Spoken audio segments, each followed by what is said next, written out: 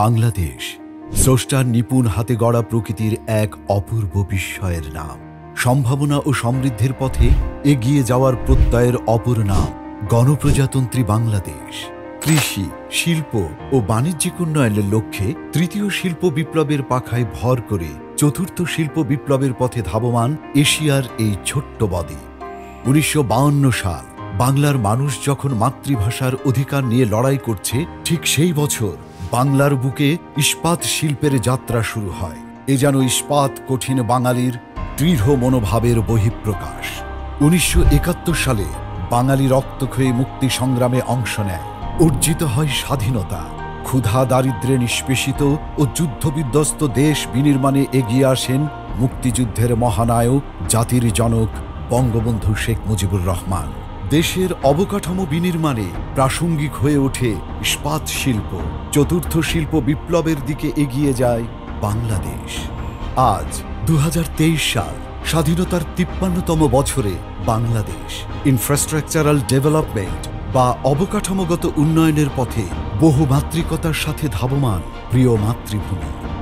ভৌত অবকাঠামো উন্নয়নে ইস্পাতের ব্যবহার মেরুদণ্ডের মতো, আর তাই দেশের ক্রমবর্ধমান উন্নয়ন পরিকল্পনায় চাহিদার পূর্ণাঙ্গ যোগান দেশ থেকেই পূরণের সিদ্ধান্ত নিয়েছে বাংলাদেশ সরকার।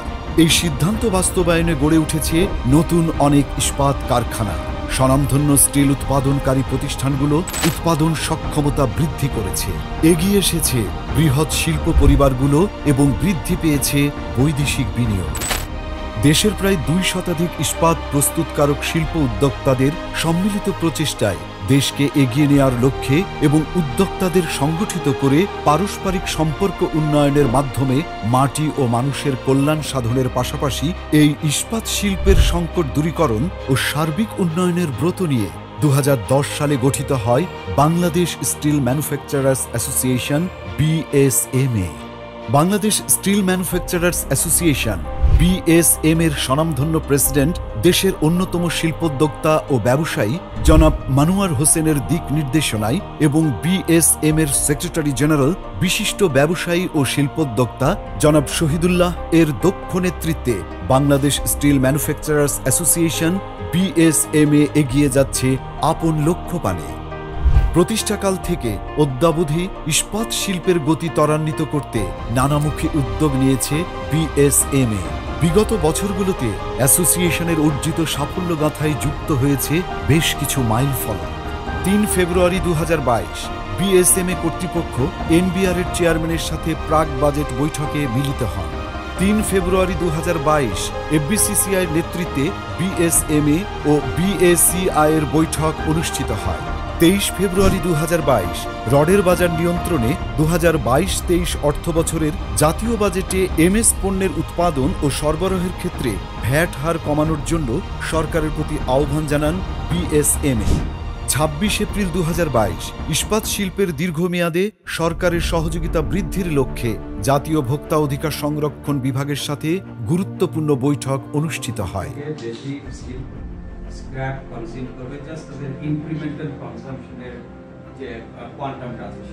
৬ জুন ২০২২ দেশের শীর্ষ ব্যবসায়ী সংগঠন FBCCI এর iron steel, carbon steel, stainless steel and rerolling industries বিষয়ক স্ট্যান্ডিং কমিটির প্রথম সভা অনুষ্ঠিত হয়। ১৯ জানুয়ারি ২০২৩ BSM এর ফাউন্ডার প্রেসিডেন্ট জনাব শেখ মাসাদুল আলম মাসুদের নেতৃত্বে প্রতিনিধি দল DGBSTI এর সভাপতিত্বে অনুষ্ঠিত structural steel, carbon section and others product শাখা কমিটির সভায় অংশ নিয়ে প্রয়োজনীয় সুপারিশ পেশ করে। ৯ ফেব্রুয়ারি ২০২৩ মাননীয় বাণিজ্যমন্ত্রী জনাব টিপু মুন্সির সাথে BSM এর সেক্রেটারি জেনারেল জনাব মোহাম্মদ শহীদুল্লাহর নেতৃত্বে অস্থির বিশ্ব পরিস্থিতিতে বাংলাদেশ স্টিল ও MS পণ্যের বাজার পরিস্থিতি পর্যালোচনা শীর্ষক সভায় অংশগ্রহণ করেন।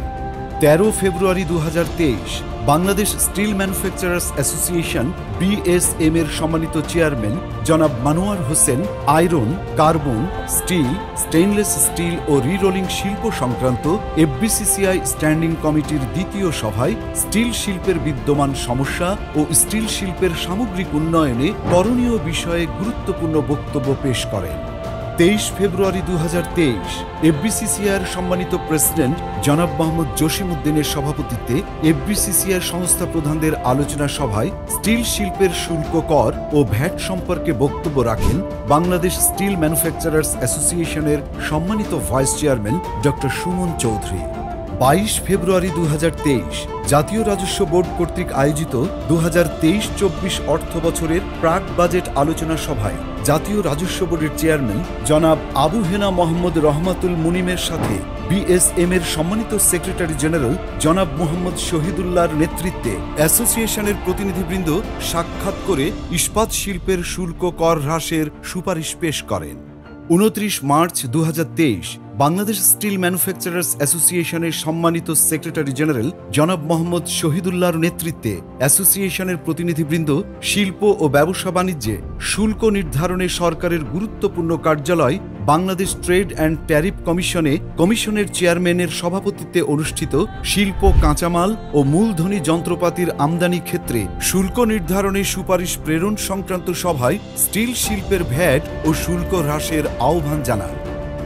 13 এপ্রিল 2023 সরকারের আর্থিক পরিকল্পনার চিত্র প্রতিফলিত হয় জাতীয় বাজেটে। এই বাজেটের প্রত্যক্ষ প্রভাব পড়ে দেশের সকল শিল্প ও বাণিজ্যিক প্রতিষ্ঠানে। তাই মাননীয় অর্থমন্ত্রী জনাব আ.হ.ম মোস্তফা কামালের সভাপতিত্বে অনুষ্ঠিত 2023-24 অর্থ বছরের বাজেট চূড়ান্তকরণ সংক্রান্ত জাতীয় রাজস্ব বোর্ডের পরামর্শ কমিটির সভায় বাংলাদেশ স্টিল ম্যানুফ্যাকচারার্স অ্যাসোসিয়েশনের সম্মানিত প্রেসিডেন্ট জনাব মানোয়ার হোসেন স্টিল শিল্পের বাজেট উপস্থাপন করেন। স্যাচুরেটেড ইন্ডাস্ট্রিগুলোকে আপাতত যেরকম সিমেন্ট ইন্ডাস্ট্রি আছে, স্টিল ইন্ডাস্ট্রি আছে, জুটের ইন্ডাস্ট্রি আছে, স্যাচুরেটেড ইন্ডাস্ট্রিগুলোকে অ্যাটলিস্ট 2 থেকে 3 বছরের জন্য আপনার ডিসকারেজ লিস্টের মধ্যে নিয়ে আসতে হবে। বিদ্যুৎ ও জ্বালানি শিল্প প্রতিষ্ঠানের উৎপাদন প্রক্রিয়ার অন্যতম চালিকা শক্তি। তাই 20 মে 2023 Dhaka chamber of commerce and industry DCCI কর্তৃক আয়োজিত বাংলাদেশের বিদ্যুৎ ও জ্বালানি উন্নয়নে ভবিষ্যৎ কৌশলপত্র প্রণয়ন শীর্ষক আয়োজিত সভায় গণপ্রজাতন্ত্রী বাংলাদেশ